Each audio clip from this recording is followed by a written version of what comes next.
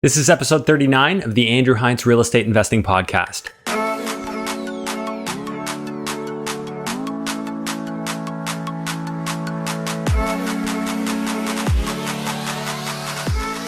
Hello and welcome to episode 39 of the Andrew Hines Real Estate Investing Podcast. Today I have Rav Toor on the show. Rav is the host of a popular TV show called Everyday Investor. It's on CityTV here in Canada. He's also been on several other shows. He started as an actor back when he was in his teens, and he is a major influencer for real estate in Canada. On the show, Rav discusses how he's basically been able to engineer his life so that he only has to work a handful of hours a week and he's able to support his whole family. He's got a very large and growing investment portfolio through investing in land development. So he basically does joint venture partnerships with a developer where he's investing a certain portion of money, not a huge amount, anywhere from $100,000 to $200,000 on a project. And he's able to reap very large returns. He talks about some numbers in the range of about 20% a year in a passive investment. So face it, that's a pretty fantastic type of return for something that's completely passive. Rav tells his story. He gets into some of his spirituality. He gets into the way his lifestyle works. And it's really inspiring. He's a guy that's got a knack for making deals happen and winning constantly. In the show, Rav mentions that he actually has never lost in real estate, which I find is pretty unique because I've lost multiple times in a very short period of time. But it taught me a lot. So anyways, Rav didn't have to. It's an incredible thing to hear, and I know you're going to be inspired by this story. So I can't wait for you to hear it. Quick housekeeping. We host the Greater Hamilton REI meetup every single month here in Burlington, Ontario. And this is where you get to meet other real estate investors, connect, share stories and ideas, and grow together. This is a completely free event. So if you're not already in our private Facebook group, make sure that you either send me a message at the Andrew Hines on Instagram, or feel free to click the link in the show notes of this episode so that you can be a part of our group and you can benefit from our community and contribute to it just like everyone else is. I would really love the opportunity to meet you at one of these events. So without further ado, here's the episode number 39 with Rav Toor. Hello and welcome to the Andrew Hines Real Estate Investing Podcast. I have Rav Toor on the show. And yes, that's Rav Toor, the host of the Everyday Investor. Yes. And no more the. No, okay, so no more investor. the. Yeah. Rav, thanks for coming on. Yeah, that's great. We thought, it used to be called, I think, The Facebook, and now it's Facebook. It used to be called The Gap, now it's Gap, and so yeah. Drop the the. Drop the the. The truth is, I don't think I could get the everydayinvestor.com.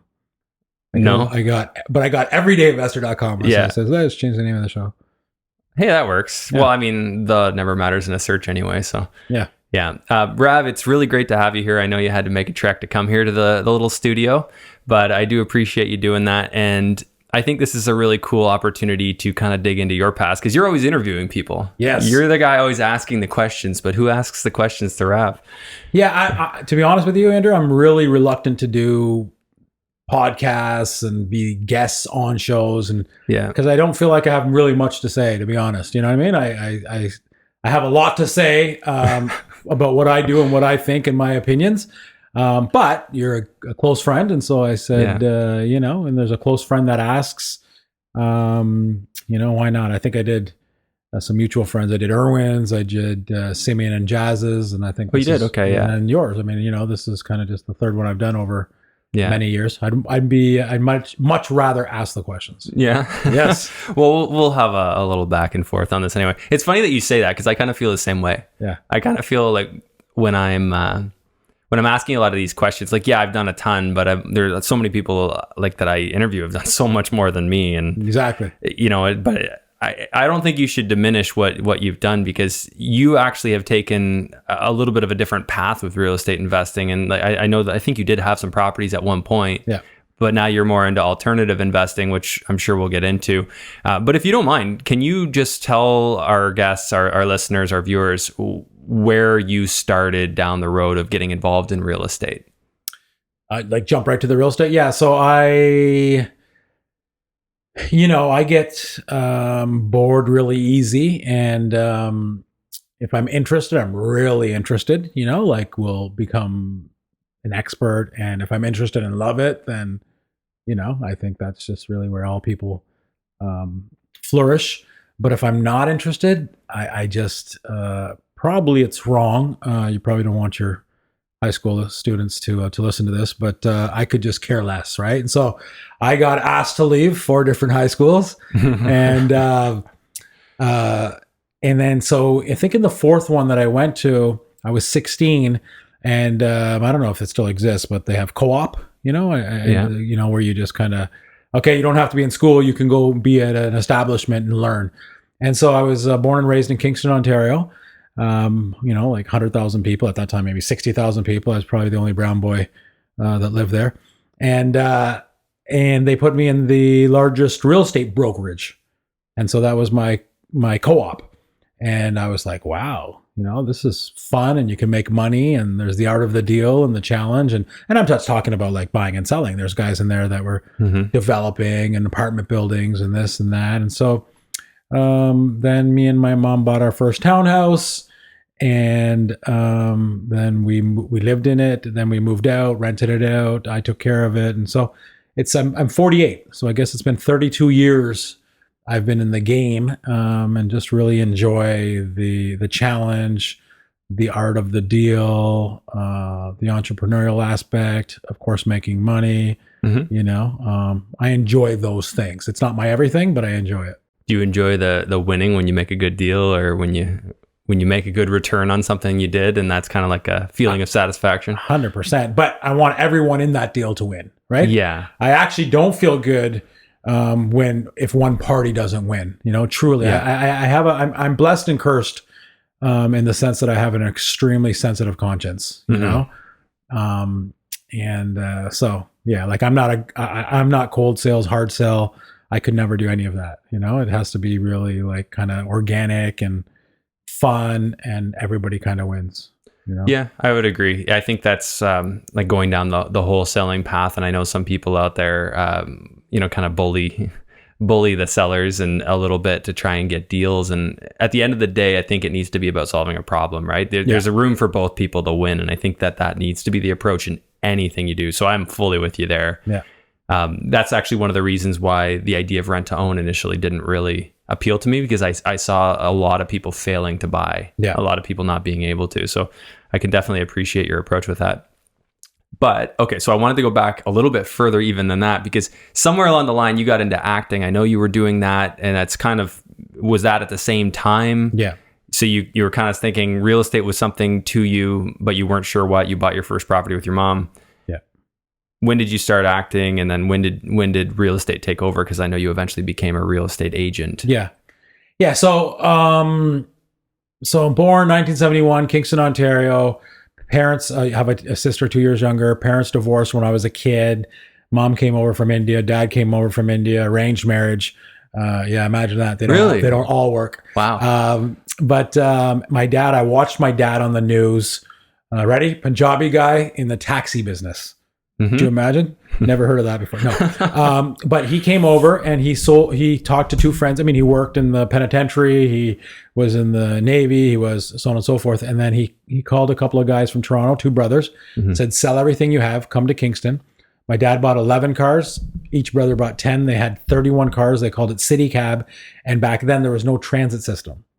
Okay. So they crushed it. And so I would watch my dad on the news, immigrant comes to Kingston, Ontario, makes a killing. And so I've always kind of had, the entrepreneurial, the spirit. I think a lot of immigrants, they do, and then they pass it down. And, so I was always like that growing up. And then when my parents divorced, I was 5, my sister was 3. I'm very protective of my mom, and, I became man of the house and, protect my mom, who was a nurse. And she's my greatest hero, by the way. She's still with us. And, greatest hero in my life, like just sacrificed and did so much. She worked graveyard shift, from 11 to 7 every night, had a student live with us for free, a woman. And the only rule was you must be home from 11 to 7 while my 2 little kids are sleeping. And so anyways, but I also didn't have dad around. And so I got really rebellious. My mom was really faithful, in God, not per se in Christianity, of which I'm very, love and follow, but just in terms of teaching me God, that there's something bigger and something bigger that loves you and you can do anything. And so that was always instilled in me. So spirituality, real estate, and acting, I was introduced to as very young, and I still do all 3. So to answer your question, Tom Cavanaugh. Tom Cavanaugh, what does he do right now? He plays Dr. Wells on Flash. He does a lot of things. So he was my drama teacher's best friend. And I met my wife at 16 as well. And she was taking drama. So I started taking drama. Tom came. I didn't know how to get into acting. I just thought, somebody picks you off the street and says, hey, be in this movie. I learned about getting an agent and moving to a big city. And so, from that age to, I don't know, I've done over 30 speaking roles in film and TV. And, it's a lot of fun, just goofing around. And but I've done scenes with Daniel Craig and Mark Wahlberg and, and speaking roles, right? So I had that. I wanted to make money. So I did the real estate co-op and bought property with mom and so on and so forth. And then I became also a minister at like 23 years old and did that for like a decade. So those three things are the things that I'm most passionate about. And I still do all three today. I eat by doing real estate. My passion is spirituality and more specifically Christianity. We started a church this year, simplechurch.ca, if you want to check that website out. And then my agent calls from time to time whenever there's something interesting, and I'll go and audition, and if I get it, I get it, and if I don't, I don't. And nice. Yeah. So you have an IMDb page, I believe. I do. So I don't know who does it. I don't do it, and it's like I think there's only like 15, 16 things on there, but I've done well over 30 gigs, and it's a good conversation starter when you're out having drinks, I guess. I mean, Andrew, you know me. I just don't like it. I don't know. For me, I know I leave a lot on the table, and probably I leave a lot of money on the table as well, because I don't know. For me, Rav, I don't get like post this on my social media and do this. And actually you're somebody that gives me a bit of a spanking sometimes. You're like, dude, you could be doing some great things for people if I would just get out there and share more of my thoughts and stuff. But for me, I don't know, maybe it's some sort of insecurity, or it's not that big of, nobody is that big of a deal. It's true. Well, nobody is. Yes. And I think that for me, we have a similar kind of feel with that, because I feel like an absolute buffoon walking down the street, taking a selfie video, talking to my phone. Yeah. It feels nothing but uncomfortable to me. And I don't know that there is a way around that. Yeah. But still today, I still post a lot less than a lot of people, just because I don't really enjoy that process for whatever reason. I don't know where that comes from or why that's something that I have a reservation about. But I do, on the other hand, I do love doing this. And I know you seem to quite enjoy doing your show when you're interviewing people and bringing value in that way. Yeah. I think you have a really big presence. You command a big presence when you're on screen, and people are receptive to that. So I know that if they could get more, and the reason I said this to you is I know that if they could get more of Rav, they would certainly appreciate it. Yeah. Yeah, I'm not saying you're wrong. Yeah. I'm just saying, for me, I just need to grow in my, like if I really, when I'm in the position and posture of selflessness, no problem. I've been on stages in front of 5,000, 6,000, 7,000 people. And if I know I'm giving without getting anything in return, I'm on fire. But the minute I think, it's kind of like network marketing, MLM, right? Multi-level marketing, nothing wrong with it. I cannot do it, because the moment I think that I'm getting something back from giving. Now, listen, I work with Graybrook, but that's because I'm exclusively invested with Graybrook, right? Land development. And so they do, feed my family by when people invest, because they learn it through me and so on and so forth. But I'm also in 10, 11 deals, right? So there's not, to me, I have a problem for me. When I'm selling you something and, I believe in it, maybe, but I'm really getting paid handsomely and so on and so forth. So I just need to hang around somebody like you more, and it'll click. I'm sure it'll click one day, and maybe soon, that I need to, it's like writing a book. Like, I think it's really, so many people have said, Rav, I think it's really dangerous to write a book. I think every book on the front cover, it should say, here are my thoughts today, and put the date on it. Yeah. Because a week later we change. So that's why I'm terrified to write a book, because what I think today maybe God put something different in my mind or my heart, next year. Yeah. Right. And so in the same way, I can only share with you my thoughts today. I don't think I'm really that great of a teacher because I'm too insecure about if I'm communicating properly. It's like my TV show. I don't want people to watch the show. So if you go on the website, everydayinvestor.com, it says, learn how money makes money. But that's only because aesthetically, I can't put more.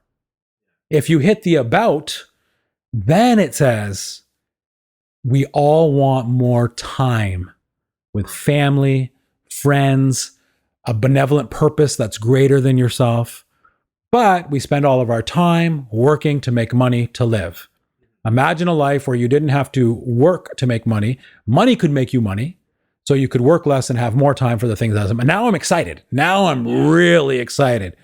But for me, just to say, hey, here's how you can make money so you can go sit on the beach all the time and be selfish as all get out. And I don't know. Yeah, no, I'm with you there. Yeah. I think, and this is what I love about what you've been able to accomplish, is that we all just become more of what we are if we have the ability, if we have money to basically not work, we become more of what we already are. And for me, spending time with family and just spending time with friends and doing things with Jordan, my wife, and obviously like all the different things that you would say if you asked somebody, if you had no obligations for the next year, what are some things you would put in there? Yeah. And, for her, she's very passionate about starting a charity to help animals or working with a charity to help animals. Yeah. We both eat fully vegan. So we're obviously, we would love to create more awareness around that and help more people see the benefits of going that way.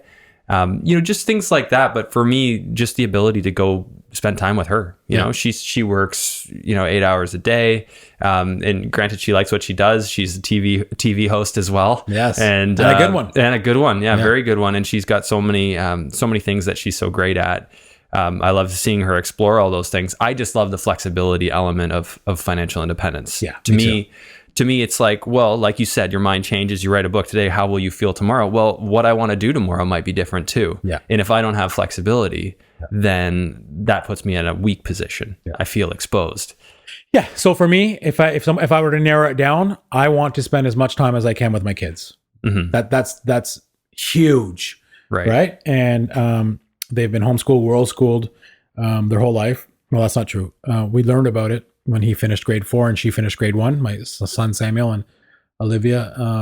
And now they're 18 and 16 and we have a blast and I want to spend all the time in the world. And, I still put in whatever, 3, 4, 5, 10 hours a week kind of into doing stuff. But I really work hard on leveraging and making money that way and enjoying. So if I had, all the money in the world, would I be preaching Christianity full time 100%? No, because God's also put into me the art of the deal. I'll always want to, wealth hack. Always. I just enjoy it. But I would love to take all of that profit and give it to third world kids. Yeah. You know what I mean? But that's just, it's always been in me, that DNA. Maybe it'll go away one day, but I just really, enjoy this game. That's why I'm doing it. Mm-hmm. But we all have to be really careful. Like, I think the need of the hour, and it'll always be, and it always has been, is just self-awareness. Because we can say that we want to spend time with family and friends, and, do something benevolent, but our day timer has to reflect that. Yeah. I always share, there's no such thing in my opinion as quality time. Like, I'm spending time with you here today, but I can't manufacture and say, okay, Andrew, let's do this podcast and let's have quality time. No, I came, and saw a little bit of your house. We're going to do this. We're going to go grab a bite to eat. And in that quantity time, somewhere in there will be birthed quality. Sure. And, my wife and kids and friends are not appointments. It's what I want to do. Right. Yeah. If you say, no, I want to work 60, 70 hours a week. I want to take my business and my money to the moon. Mm-hmm. And I don't see my kids that often. Mm-hmm. Okay. But admit it. Oh, I see what you're saying. Yeah. Admit it. Like what I'm saying, self-aware. Be honest and self-aware about it. Be self-aware because that's who we, when you can do that, it's just so liberating. Like, I think self-deprecation is one of the most beautiful things that somebody could ever master. In other words, the power of vulnerability, right? And humility. Like, I just know what I'm not good at, and I shouldn't feel bad about that. Like, I'm a horrible coach. I'm a horrible teacher. I'm a horrible trainer. What's inside my brain, I don't know how to get out and communicate properly. That's why I don't like doing this right now. Yeah. I'm doing it because you asked me to, and I love hanging with you. Well, just let me ask the question. Don't worry. We'll get there. We'll get to the gold. Yes. No, See what I'm doing? I don't think that's true. Like, I think that, well, maybe you see something there. I don't know. But I mean, obviously it's funny because you're a huge teacher, right? You're a teacher to a lot of people in what you do. All the people who religiously watch your show and hear what you have to say. I think we teach in different ways, right? No. But I mean, I'm saying by way of a curriculum. Yeah. Right? Like very few athletes are going to be good coaches. I don't know if Tom Brady's going to be a good coach when he retires in a year or two. Yeah, you have to have that teaching. That's right. You have to be gifted to do that. And I'm just saying, be self-aware. It might sound self-deprecating to say, you know what, guys, you don't want me on your show because I'm horrific at teaching. That's just how I feel. Now, if you can pull out what's in my brain, because I've done, I know how to make a deal and I love it. Yeah, you're a deal maker for sure. Yeah. So on that note of you being a deal maker, why don't I just summarize what I know of you, and you can correct me if I'm wrong. So I know that you're still in acting. At one point, maybe you were like 25, you got into being a realtor. Is that, or what age were you? No. So I got into acting. I mean, I'm 18, 19, making sometimes $1,500 a day, like on set, like just stupidness and around beautiful people and, smoking this and putting that up my nose and, blah, blah, blah, blah. And I just hated my life. Like, I'm around beautiful people, making great money, living in Vancouver at the time, did a little film here. There was in New York, was LA, Toronto, this kind of stuff, and hated my life.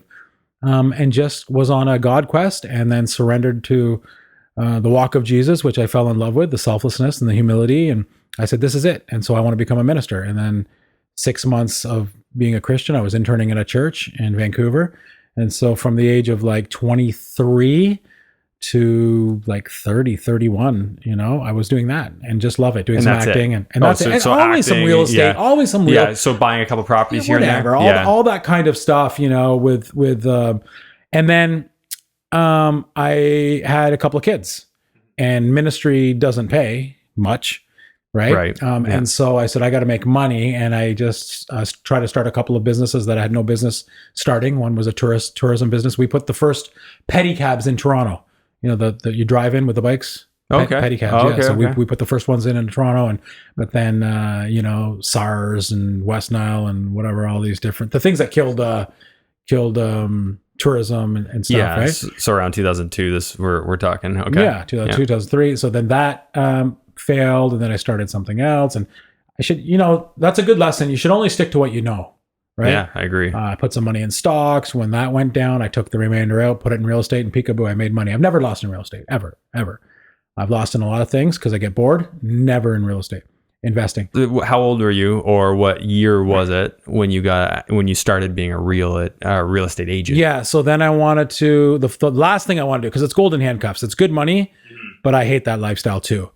So I started, busy lifestyle. Yeah, 2004. 2004, you started doing that. Okay. 2004, I think I was like 31 or 2 or something like that. Yeah. Okay. So I did that and crushed it and hated it. Yeah. And then I stopped that like 39, 40 to go back into the ministry. And then I met a guy named Peter Pletus, good friend. And he's like, dude, do this and we can, be our PR guy. And so I did, and I invested a lot, and it's worked out. And so that's what I've been doing for the last 8-9 years. When I was a realtor though, what I would do is I JV'd a lot. So I would want to get my friends and family and even people I didn't know to invest in real estate. And they're all so scared. So then I said, okay, we'll go half-half. We'll go 50-50. And so that's why I had so many properties. Because I would do it with people that were scared to do it. And then I always gave them a 1-year rip up the contract. Okay. Because I made the money on the commission of buying the investment anyways. So after several months, they're like, yeah, Rav, this is so easy. I want another one and I don't need you. So many people would rip up the contract, and I love doing that for people, helping them get into the real estate game. but I would be their security if anything went wrong. So you guys said you're 50-50, but if they decided they didn't want you there, then you were off the deal. You know what it's like, right? Just to get over that hurdle. Sure. And so now I've just been kind of doing this. So when did the TV show start? Because you've had variations of the TV show as long as I've known you. Yes. So it started at the same time I became a realtor. Oh, okay. So way back then. So you were doing 2005 January. So you were doing like Rogers TV mostly at that point? Rogers. So it was Rogers TV, and then eventually you were on CHCH, Bloomberg. Now CityTV, is it? And then I self-produced in the last year or two. Okay. And then I took that content, sent it to the CRTC, which is just the government of TV. Yeah, the regulation. Yeah. Okay. And then they liked it and said, this is a good educational show. And so we will give you a Canadian content and registration number, CanCon number. And I take that, and now I can be on Global, CTV, City. And so, so this year, Saturday morning, Sunday morning, we're on CityTV. Congratulations, man. That's awesome. Yeah, it's cool. That's big. So you have a massive platform that you're getting the information out now. And going back to when you started, so you were on Rogers, you were probably building up awareness relatively slowly, and then it kind of picked up more and more. And then you met Peter, and Peter's like, hey, you've got influence. So Peter deals in private equities surrounding or focused on real estate. And that was kind of the opportunity where you guys connected, and it really put... Everything's by mistake, though. Like I had a friend who wanted to produce a show, and because I have a film and TV background plus the real estate background, I owned a brokerage for many years as well and had agents working with me or for me. And he said, hey, will you host this? And it was just for credibility as a broker. It had nothing to do with anything else. And back then it was once a week, and it was live, and all that kind of stuff. So, you keep saying platform and influence and exposure. That's what people tell me. I don't know. I've never measured. I don't know. And that's where people like you who love me enough get a little frustrated, because you're like, dude, you could do so much more. And I'm not saying no. It's interesting. Again, let me go back to this. And it sounds horrific. That's probably why I don't say it enough. How can I teach you financial peace if I'm on the road every weekend teaching people financial peace? How can I teach you financial peace with your wife and kids? Yeah. How can I teach you in Kapuskasing, Ontario, in front of a few hundred people, hey, life is all about family and friends and the time with them, if I'm on the road every week teaching it, right? In the same way, Andrew, I'm really careful about my time. Yeah. Because otherwise, well, first of all, it's not pure and true to me. I'd be a hypocrite, right? So that's why I'm very careful. Like, Rav, you could do so much more. Well, if you know how to make money, yeah, of course, any of us could do so much more if you know how to make money. Yeah. Right? But at what cost? No, I hear you completely. And I think for me, I'm always looking for ways to buy back my time. If I could pay an employee to do something, if I can create a system around something that I do and then delegate that. Yeah. So I don't really think in anything I've said to you, it wasn't about getting more busy. It was more just about basically implementing some systems. No. I do appreciate your honesty with me. I mean, I think we're idiots if we don't surround ourselves with people that have a lot of thoughts, especially if they take the time and energy to put it into your life. At the end of the day, it's my decision. Oh, of course. But I think we're idiots if we don't seek wisdom and advice from many people. Yeah, absolutely. So I appreciate it. Yeah, don't ever. No problem. Yeah. Anyways, no, I think you can accomplish a lot, but of course, I want you to, as a friend, always want you to do what makes you happy, and that's the number one thing that I know you're very aware of too. Yes. So, getting onto just some more of the real estate specific stuff. When you were buying properties from, like, I guess you started at 16. How many properties did you acquire personally, or were you doing ventured in on over that time frame, if you ballparked it? Yeah, not like a lot, because I was crushing it in my business, right? Like, my first year I did 24 transactions, and then 34, then 40, then, so when you're making 300,000 plus a year in your sleep, after all expenses, and, I should have been buying a property a year, 2 a year, 3 a year, but I would say maybe like 10 to 15 kind of range. Okay. And, A lot of them were JV, and I would look for properties that already had tenants in them and were turnkey. And, because one thing I am not is a rehab guy. I'm not a rental guy at all. I don't know how to take a hammer and take it to a nail. And, I don't know how to do that. I don't know how. And now I'm not even interested to know how. I thought you wanted to flip a property with your son. I want to flip a property, and I'm hoping my son would be the GC. And my first couple properties, I'll work with a GC, a general contractor, and but just because I want to hang with my son, that's the only reason, right? I'd rather give my money to you and go do things, or unless my son wants to play. And so he's experimenting with that. But I would say, maybe 10 to 15 like traditional house tenant properties. Okay, so just single family was kind of the bread and butter. Yeah, or an up down, okay, kind of thing. I mean, nobody taught me this stuff, right? I was a virgin. Yeah. I didn't join any clubs. If I were to do it all over again, I probably wouldn't buy anything less than a triplex if I were to buy properties, or probably even jump right into the multis, right? Where it's based on the business and not with your, but back then it was a lot of fun. We could buy properties like secondary, thirds, fourths with 5% down, when I was doing it. It's amazing. In a lot of creative ways. So with the buy and holds, probably about 10 to 15.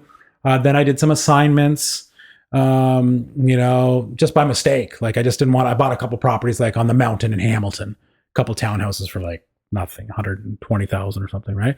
And then I was just like, I don't want these. And then I would just flip them to someone else after I'd done the home inspections and, so on and so forth.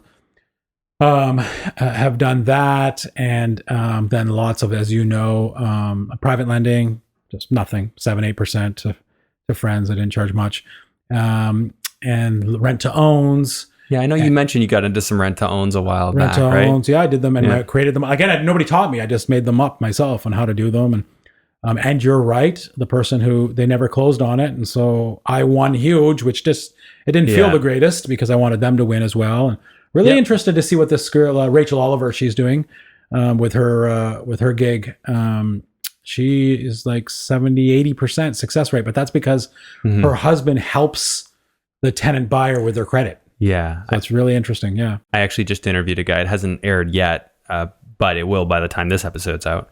And he basically, they have a similar program. So you're in a credit counseling program. Exactly. That's what they needed. I think that was what the model was missing originally. You're like, hey, you can fix your credit, but you can't just assume that they're going to put all the pieces together. And that's what I saw with a lot of people I knew doing rent to own deals. That I was just constantly seeing it, is that the tenants weren't fixing it. Yeah. And it sucks because you do win big as the owner. You keep the property and you took all that cash all the time. Exactly. But it's kind of ugly, and it doesn't make you like feel good at the end of the day. And I don't want to be a part of that if they're not winning too, right?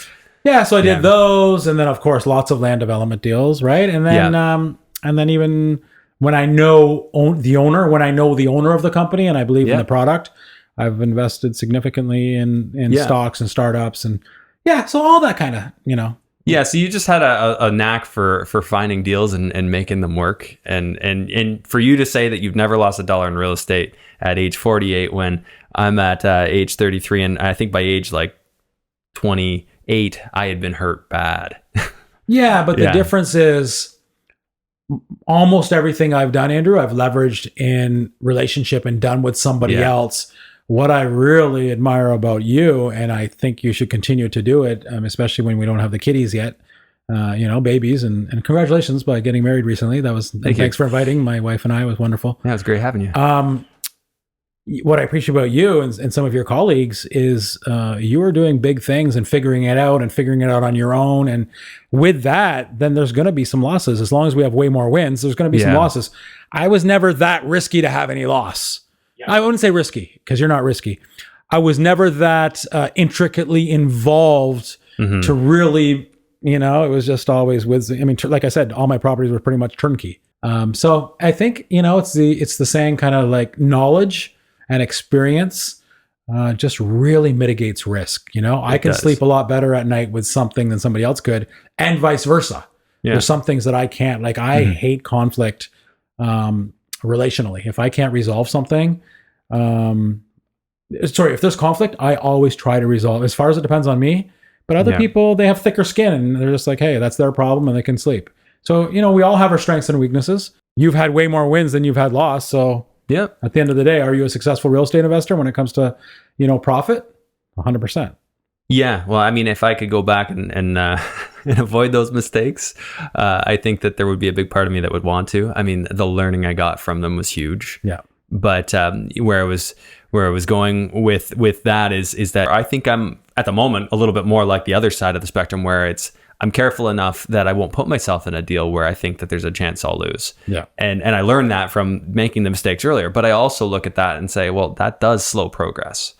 If you have a buffer to not need every deal you get into to be a winner, where you can go after, say, I think that's critical in development. You got to have that willingness. Yeah. I mean, I don't know if I would term it as slowing progress, because you are progressing. It just happens to be in knowledge. Yeah, exactly. So you have to build up the knowledge, right? That's right. You can't skip that step if that's your position, which I think today real estate investors are getting more and more savvy. What I've noticed, like the meetups, like compared to even the meetups like 6-7 years ago. Yeah.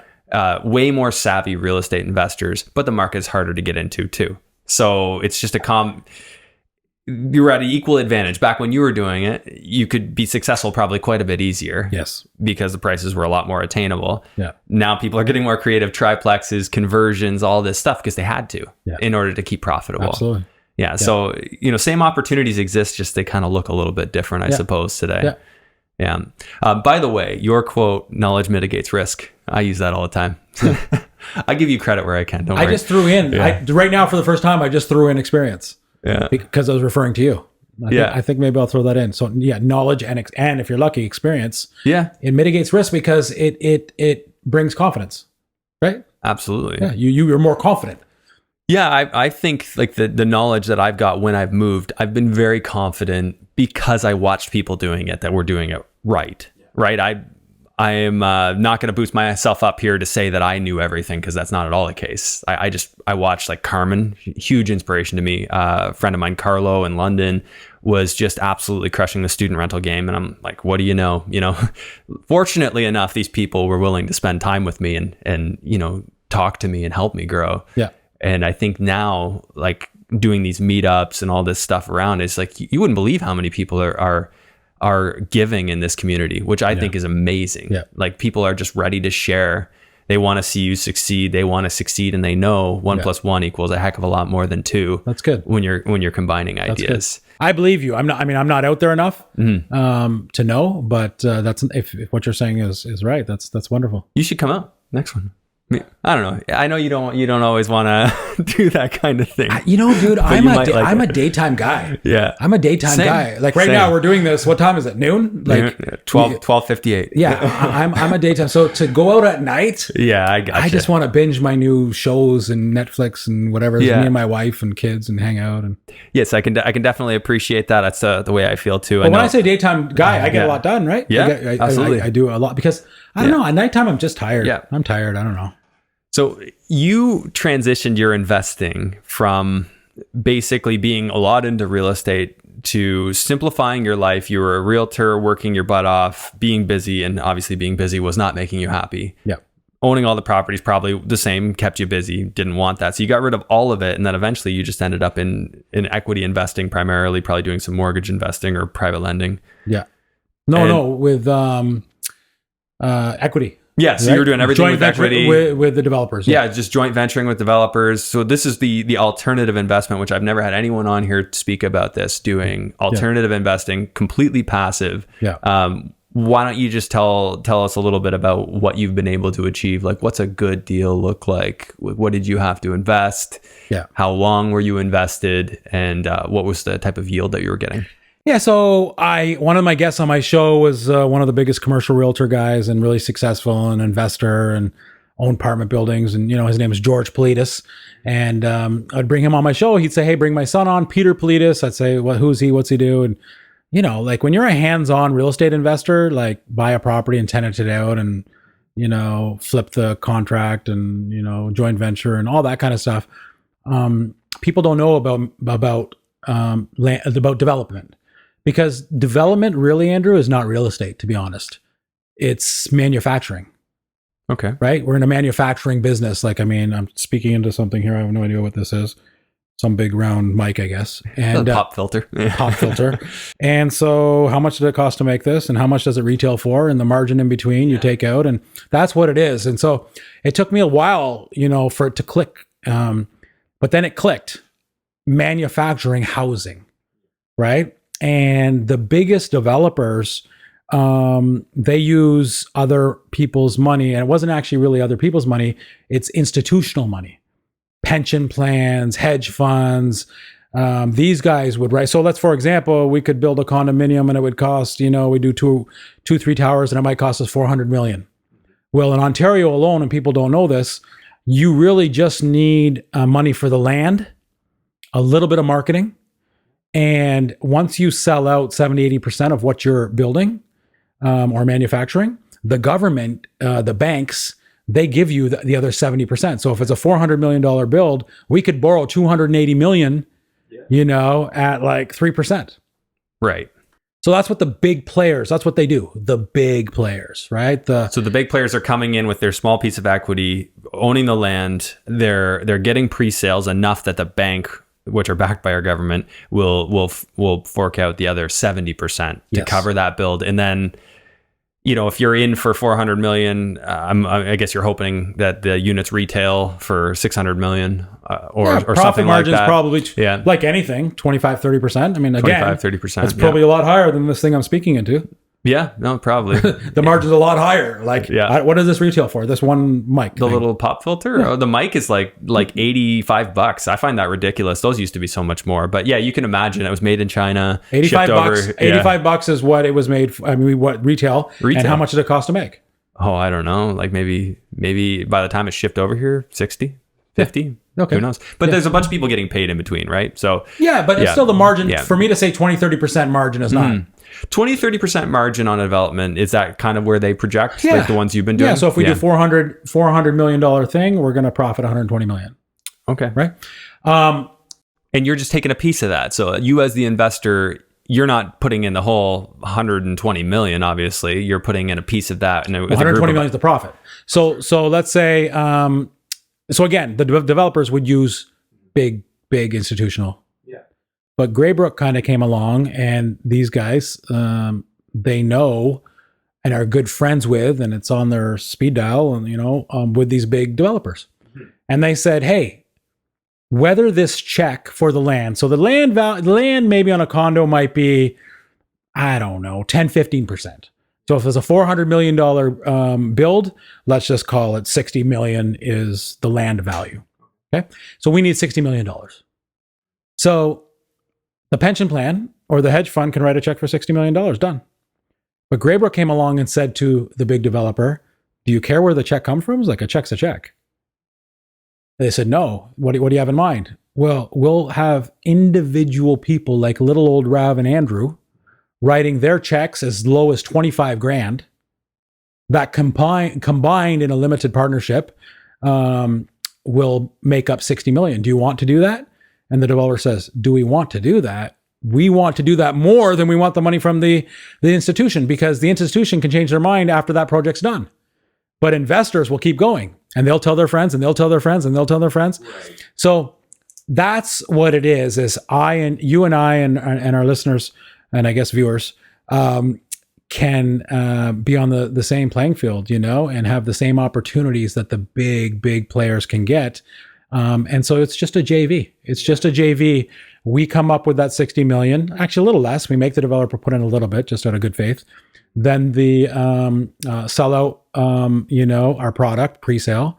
Bank gives you the rest. You build, you split the profits 50-50, and projected returns are 20% on an annualized basis. Well, I did a project where in 2 years and change, I made almost 90%. So I did almost 45% per year. 45% per year. What was the total investment you put in on that one? 200,000. I think. 200,000 on that one. I got back like 180 or something. And then, plus my 200, obviously.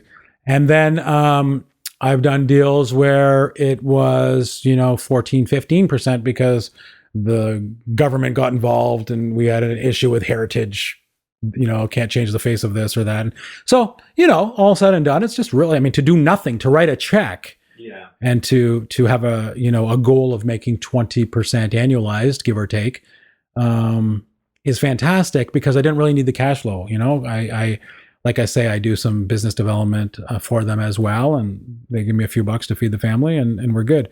So that's why cash flow is not everything. Cash is everything. If you're not going to quit your day job, right? And so, I'm kind of segueing for a second. We can come back to development, but yeah, I always want to help people just clarify: cash flow is not king. Cash is king. If you want to give up your day job, then cash flow is the most important thing. If you think you're probably never going to give up your day job, and I commend you if you don't want to, it's up to you. If that's what then you don't need cash flow. It's not going to change your life. So put your money into something that's going to really grow your capital passively, so you still have the time to enjoy your family and friends, but keep growing your capital, keep growing your capital, keep growing your capital at 20% a year. And then when you have whatever it is you want, like, for example, let's say you want $120,000 a year, you want $10,000 a month, $120,000 a year, and you're going to conservatively make 6%. Okay, well then you need $2 million. So grow your capital, get to $2 million, let it spit you out now passively 6%. You get your 120 or 10,000 a month, you're done, right? So to me, I think people don't think about that enough. Is like, what's the end goal? What do I want to do here? Like, do I want to be a landlord for the rest of my life? Do I want to keep buying properties? Or do I want to be able to do whatever I want, travel the world, do this, do that? Neither is wrong, but know what you want. So what I want is, I just want it all in a bank, and I will take that money and I will lend it out at 9, 10, 11, 12%. And that's it, and be done on a yearly basis, right? So when you hit a critical mass right now, you're growing, you're still getting paid actively for basically just referring people over to the same company. Not you even invest referring. I'm invested heavily. Right. Like maybe 7 figures. I'm invested heavily in development. Okay. I bring my friends, Graybrook, on my show. Not often, once every 6-7 weeks. Yeah. People watch, Rav puts his money there. Let me look into this more. They put their money there. And then Graybrook gives me a few bucks for that indirect, I don't know who they are, referral, I guess you call it. Yeah. You know what I mean? That's a great little system, though, for allowing you to continue to live the lifestyle that you want to do, because I know you want simple, right? Yeah. You don't want to be involved in all that. Yeah. It's the same thing as writing the check. Like, you record your show. I think, do we want to spill the beans about the format and how fast you record all those episodes? I have nothing to hide about anything. I have nothing. Listen, 2 kids, 2 orgasms. I keep begging my wife to have a 3rd kid so I can. No, I'm just kidding. As a joke. No, there's no secrets with me. Yeah. So you're recording an entire season of shows in a few weeks, right? No. Is it more than that? No. 1 week. 1 week. Oh, 1 week. In 1 week, we do 26 episodes. Yeah. I do 5-6 episodes a day. I have a great girl like Nikki that helps me and does a few for me. You've actually come and did one, and that was fun. But yeah, I do 26 episodes in 1 week, and then we repeat it, and that's my 52 weeks in a year. See, that's fantastic. So you're able to keep it done in the day, still have the nights to watch Netflix. I still go home at night. I do it I show up at the studio at 11. I'm done at 4. I crank 6 half-hour episodes. Yeah. And This is inspiring, though, because you're able to live your life. But hold on. Is it? Because to me, what the evil one wants to say is, Raph, people now think you're really lazy. They think you could be doing more. What's wrong with you? But for you to say it's inspiring, no, I mean, that's validating. I appreciate that. Because you have freedom. So you have the ability to record the show, which you obviously seem to enjoy. And then you have people who you've empowered to help you put that out. You get to go home at night, and then all the rest of the weeks you can spend time with family, spend time work with your ministry, and really you don't have anything to worry about there. You have the continuous profits being made in your business just because you recorded episodes in 1 week and they continue to air and send you business. But then you also have your investments growing. And one day, like you said, you'll convert that all over into a more cash-based investment where you could just live off of it if you ever needed to. And I mean, how many times have I said to you in the last even couple months, I mean, correct me if I'm wrong, but maybe 2 or 3 times, hey, Andrew, I also keep a few $100,000 in the bank, and if you ever see anything that me and you want to do, I'd love to give it to you, and let's do a a JV deal and stuff like that. So I'm always, don't get me wrong. I mean, my brother-in-law is a excavator, and he told me last year he spent $50,000 on bins, you know, and I'm like, let's open a bin company. Like, tell me the numbers, I'll invest in that. And so I'm always in the game. I'm always like to, but it's not intentional. It's like, hey, Chris, my brother-in-law, the fights are on tonight. Come watch the UFC and let's have a beer. And then we're just talk. Yeah. Like me and you are going to go to lunch after this. Yeah. We're going to talk. Something might be birthed into that, right? How did I get into Graybrook? Because I saw a guy named George and I grabbed him out of a crowd and said, hey, you come on my show. I've seen you in a magazine. Was I involved with Scott and Michael with Keyspire? Because Scott's casting director went to my church 20 years ago and I met her, and then she called me out of the blue and said, hey, will you go on Scott's show called Income Property? Will you be a guest on it? And I said, sure, I'll go on Income Property. Then I said, now Scott, you got to come on my show. And it's just all like nothing's intentional. Yeah. Nothing's intentional except for the quest for relational wealth. And when you desire relational wealth, and in order to acquire relational wealth, you have to desire relational intelligence, because people are just stupid sometimes, like just so selfish, and me too. But again, self-awareness is key. So when you find yourself in that selfish posture, be aware, apologize, now get back to the giving. And when you just go to give, magic happens. And that's where you can be very fruitful. Yes, even financially. Absolutely. Well, I like I said, I do find it very inspiring. It's such a different thing from what most people are talking about. I mean, you're what you've done, whether you kind of realized that originally or not, was you did build influence in yourself. You created a brand of Rav, and you are a brand in Canada and probably much beyond. And people just, they want to know what you're doing, right? This all works because people are interested in what you're doing and how you're living your life. And it's awesome, man. I appreciate you sharing it. Well, hey, thanks for asking it. Yeah, no problem. Yeah. Okay. So a little bit about your journey in terms of things that you've spilled a lot of wisdom here, but things you would say to somebody not to do if they're, going down the real estate investing road, or if, say, there's somebody that's in their younger years and they're getting started. What advice would you wish you had, back in your younger years? Specifically investing to make money, or just life? From the real estate investing standpoint, okay. And you can bring some life in there too. It all works together. Yes. Yeah. It's hard for me to separate, but just be really careful. Ask lots of advice. Talk to people. Be very giving, but be very careful who you, for lack of a better word, envy. Who you wow. Like, don't be wowed by anybody. Because if I teach you how to make a lot of money, but my kids don't know me, my wife is, leaving me. Well, that's not good. Yeah. Yeah, but I know how to teach you how to make a lot of money. Yeah. I think you got to look at people holistically. You have to be really careful. Be careful of, except for the Andrew Hines podcast, be careful of all the podcasts you listen to. Be careful for all the books you read. Be careful, because what you put in your head goes into your heart. What goes in your heart goes into your action, right? And so, like, I'm not a fan of reading lots of books. I'm not a fan of listening to lots of podcasts. Read a book or two a year. If you like it, apply it. If not, move on. Listen to a few podcasts, apply it. But be very careful. I think we've become, there's no more Andrew, there's no more Rav if we're not careful, because we're inundated by other people's thoughts. Yeah. We're people, inundated by who's big now, right now. Like, and I love him. I think he's a great guy, from what I see and learn and read. Gary V. Yeah, Gary V's big, or Grant Cardone's coming to Toronto here soon. But just be careful. You don't know their life. Yeah, there's a context there, right? Exactly. You don't know everything. So that's what I like. You share so much about your life, because you see, like, I go back to this advice, and somebody told me that one day, like, whenever someone's giving you advice, look at what they have in their life and ask yourself, would you want that to be your life? That's 100% what I'm trying to say. See, you're a better teacher than me. That's what I'm trying to say. What I'm trying to say is learn, take it in, but be careful when it goes from mind to heart.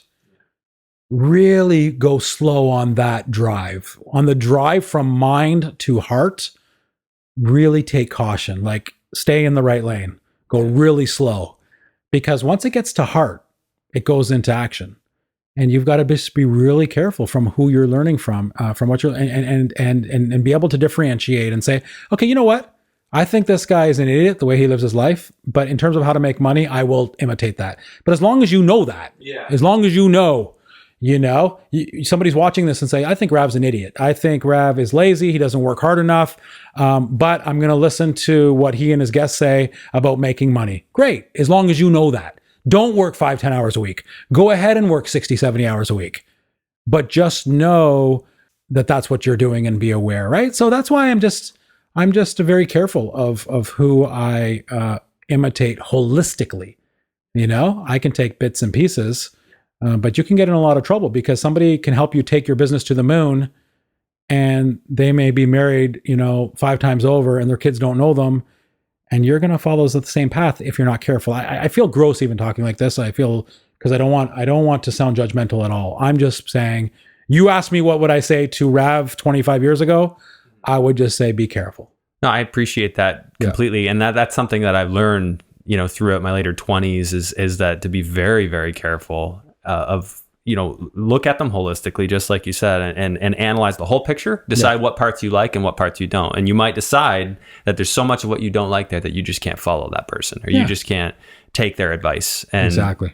Hey, that's wisdom right there. I think I don't know if that's something you only get by experience. I feel like it kind of is. Yeah. But hopefully some people can hear that and just implement it right off the bat. Yeah. Life's too short, man. We have to, the definition of success, I mean, people say happiness. I don't even say happiness. I say success to me is just living at peace, having a life that's just a mind full of peace and a heart that's content. That's success, right? I don't say happiness because I think happiness means just happenstance. Like, if my mother passes away, I'm not going to be happy. But there should be a deeper, peace and contentment. And if you can arrive there, that has nothing to do with money. Nothing. Huge difference between financial freedom and financial peace, right? It's a ladder that we should strive for. And that has nothing to do with the amount that's in your bank. Yeah. It's a very similar concept to the definition of wealth versus being rich, and wealth being the amount of time you could just go without working. Yeah. Which is, to me, that's where it's at, because it allows for all the others. It allows for faith. It allows for relationships, all that stuff, because you have time. So yeah. Awesome, Rav. Really appreciate it. If somebody wanted to follow your journey or kind of keep tabs on you, where should we send them? TV show? Yeah, I guess. I mean, I don't really have much. If you want to learn how to make money so you can work less and have time for things that matter, everydayinvestor.com. But more importantly to me, if you ever desire to talk spiritually, come join me on a Sunday morning, simplechurch.ca.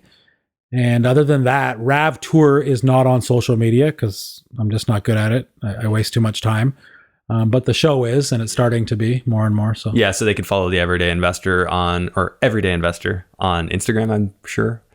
Yeah, like whatever they do. I don't know what they do. It's Instagram. Start with the website. LinkedIn. Yeah, it's all on the website. Yeah, everydayinvestor.com. Yeah.